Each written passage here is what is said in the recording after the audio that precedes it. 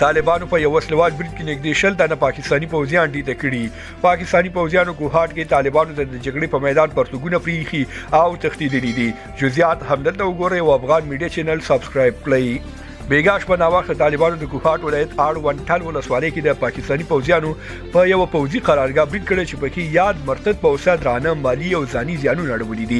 د ټي ټي پی ډلې په مطبوعاتي پاڼو کې ویل شوي چې یاد بریدونه د تعرضي عملیاتو په بڼه ترسره شوي چې لیزري عملیات هم پکې موجود وو.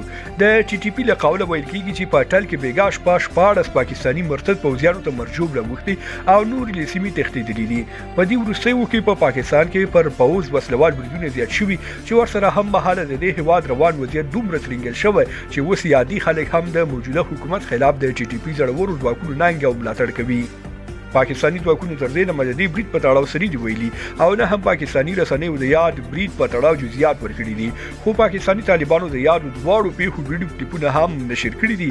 خو موږ دلته د یوټیوب د قوانینو له امله نشو خبرولای. که تاسو په کار وي کمنټ وکړئ، زه به یې خامخا درولېږم. خوږو ملګرو، آیا چې ټي پی به د پاکستان له جدي ځواب سره مخ شي او کنه؟